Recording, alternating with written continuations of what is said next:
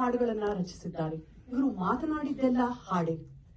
ಭಗವಂತನ ಗುಣರೂಪದ ನಾಮದ ಮೇಲೆ ಬರೆದಂತಹ ಹಾಡು ಜಗದೋದ್ಧಾರನ ಆಡಿಸಿದಳು ಯಶೋದೆ. ಇತಿಹಾಸದಲ್ಲಿ ಬರುವ ಸನ್ನಿವೇಶ ದ್ರೌಪದಿಯ ಮಾನ ಸಂರಕ್ಷಣೆ, ಭಾಗವತದ ಕೃಷ್ಣನ ಕಥೆಗಳು, ತಾರಮ್ಮಯ್ಯ ಯದುಕುಲ ವಾರಿದಿ ಚಂದ್ರಮನ. ವೈದಿಕ ವಿಚಾರಗಳ ಅಷ್ಟೇ ಅಲ್ಲದೆ ಜಾನಪದ ಶೈಲಿಯ ಸಾಹಿತ್ಯ.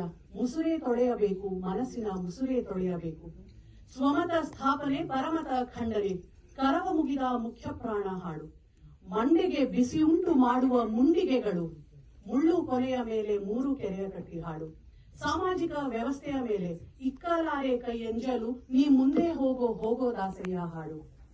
ಆಹಾರದಲ್ಲಿ ಆಧ್ಯಾತ್ಮ, ರಾಗಿ ತಂದೀರ ಭಿಕ್ಷಕ್ಕೆ ರಾಗಿ ತಂದೀರ.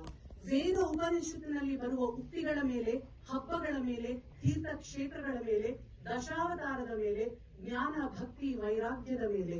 ಒಟ್ಟಾರೆ ಹೇಳುವುದಾದರೆ ಬಾಲಕರಿಗೂ ಅರ್ಥವಾಗುವ, ಪಂಡಿತರಿಗೂ ಕಷ್ಟವಾಗುವಂತಹ ಆಳವಾದ ಸಾಹಿತ್ಯ ನಮ್ಮ ಪುರಂದರದಾಸರದ್ದು.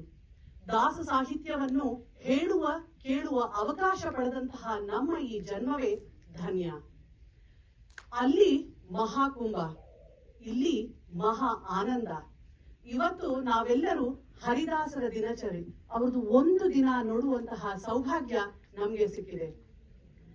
ಸಂಗೀತ ಪಿತಾಮಹ ಪುರಂದರದಾಸರು ಜಗತ್ತಿಗೆ ಅಪಾರವಾದ ಸಂಪತ್ತನ್ನು ಹಾಡಿನ ಮೂಲಕ ನೀಡಿ